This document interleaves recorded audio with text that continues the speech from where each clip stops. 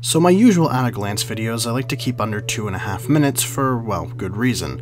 This one though could go a little longer due to the game in question and the time I had to put into it to actually get a fair first impression, so here we go.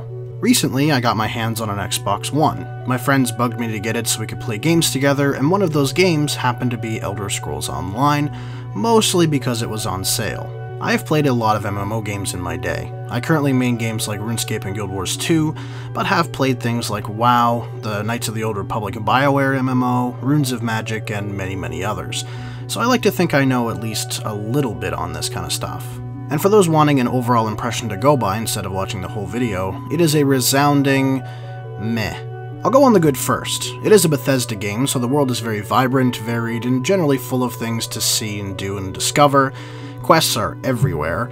There's skills like blacksmithing and woodworking to train up and gather resources for. There's a wide variety of mini and regular bosses to fight, dungeons and mini-dungeons to do, and all the races that we love and hate.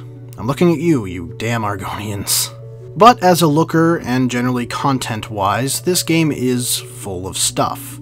The story, I do have to say, is weaker than most Bethesda titles from either Fallout or the Elder Scrolls main series of games, but with an MMO, besides the deep lore, the base stories are usually made to appeal to the lowest common denominator for maximum player base.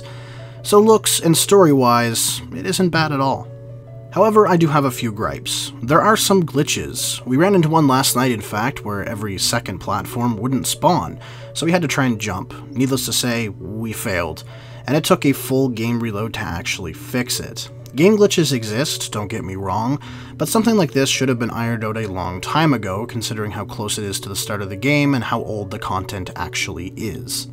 I also find this game is really unfriendly towards players who want to use bows. A lot of quests give armor, melee, and magic weapons, but very few, if any at all, give any good bows. Hell, I upgraded my bow one time on total accident when a monster dropped one that was better than mine. Otherwise, I've had 3 bows in total that were worth a damn, and a good 20 plus swords and staves that were worth a damn.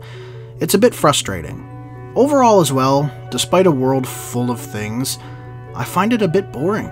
Pretty as it is just another MMO with repetitive questing, skilling, resource gathering, and that thing most famous for MMOs, grinding.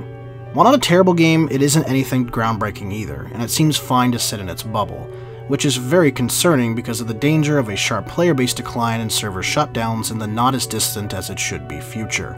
MMO games that last seem to have something going for them. RuneScape has a unique and complex skilling system, World of Warcraft has a constant expansion and the very smart marketing of Activision Blizzard, but ESO seems to be generic. Nothing new to offer, but still not bad, just meh.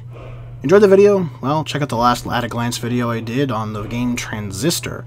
If you really enjoyed, leave a like and maybe subscribe. Thanks for watching.